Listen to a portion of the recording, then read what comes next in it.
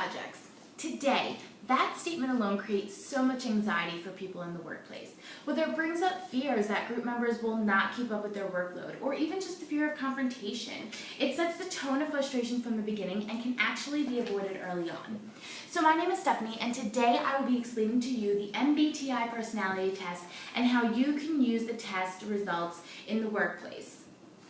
The goal of my presentation is to inform you on the different personality types, and by going through each one, giving you a better understanding of how individuals make their decisions and their thought processes behind it, along with giving you some insight on your strengths and weaknesses based on these traits.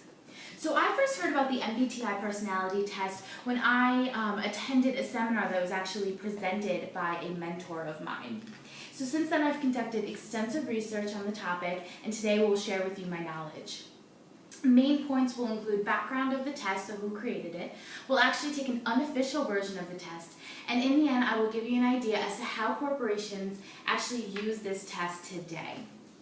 So the test itself is a series of questions, and it determines your energy, the way you obtain your information, the way you come up with decisions, and ultimately your lifestyle. And based on those 4 categories, there's actually 16 subcategories that you can fall under. But before going through the personality traits, I did want to mention who came up with the test and why. So according to the Myers-Briggs website, in 1943, Catherine Cook Briggs and her daughter Isabel first published the MBTI questionnaire, naming it the Myers-Briggs Type Indicator personality test. Catherine was intrigued by the way that all those around her had different insight and opinions on the world, and she wanted to know why. So she came up with questionnaires and did a lot of studies and figured out that it all came down to personality types.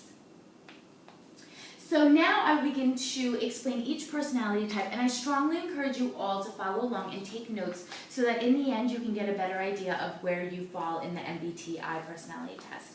Now remember, the original test is a set of questions, but I will explain each point and you'll be able to see what you feel you fall best under. So first would be energy. Energy, you can either be described as an extrovert or an introvert. If you are an extrovert, you feed off the energy of others. If you're an introvert like me, you're more reflective on your thoughts and tend to like that alone time. The second would be information. So for information, you can either be subcategorized as the sensing type or the intuition type. So for sensing, if you need to be more hands-on with your information, for example, you need that concrete evidence in front of you, you can be more in the sensing category. If you're someone that goes off of original thoughts and theories, you'd be based in the intuition category. And personally, I find myself under the sensing category. Next would be decisions and how you come about them. So are you more thinking or are you more feeling? If you think more when it comes to your decisions, you're more responsible with them and reasonable, and you gather all information possible. If you're more casual with your decisions, you would be more of the feeling type. Personally, I find myself very reasonable and constantly looking into the future, therefore putting me into the thinking category. Last would be lifestyle. So are you more of the judging type, or if you're more of the perceiving type? If you're more of the judging type, you keep to schedules. You're constantly, filling out that to-do list. If you're more of the perceiving type, you're more casual with your lifestyle and your day-to-day life, which I find myself doing, placing me under the perceiving type. So after categorizing yourself, it's now time to see why knowing your personality type will benefit you. As you can see, there are 16 subtypes that you could have just possibly fell under. And actually today, many companies require their employees to take the MBTI personality test. It gives them a better understanding of strengths and weaknesses, and also self-awareness and insight as to those around you. And from an employer's point of view, it actually helps managers send roles when it comes to group projects.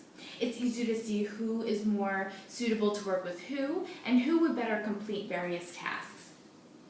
And according to an article written by Annie Paul entitled Moneyball in the Workplace, this questionnaire is actually used in corporations like Xerox during the interview process, so that interviewers can get a better idea of who they're speaking to, who's on the other side of the table, and if that person will actually fit in the end in the office. So the MBTI test is used in the business world not only to learn about different types of personalities, but also to get a better understanding on those around you and who you're working with day to day. So in conclusion, who would have thought that a test from 1943 would still be so relevant today? The points I discussed not only gave you a little bit of history, but we also took an unofficial version of the test, and I also gave you an idea on how corporations and companies use this test today. By becoming more aware of your personality type, you get a better insight of your personality traits, your strengths, your weaknesses, and who you work best with. My personality trait is an ISTP. And after doing some research on personality page study, I realized that some of my attributes include realistic, independent, and logical. So I strongly encourage you to go to the Myers-Briggs website, get some information on your specific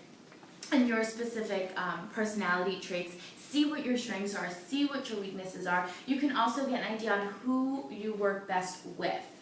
I've posted my email below with the website, so if you have any questions, I strongly also encourage you to send me any emails or comment, and I hope you all learned a little bit more about yourself today.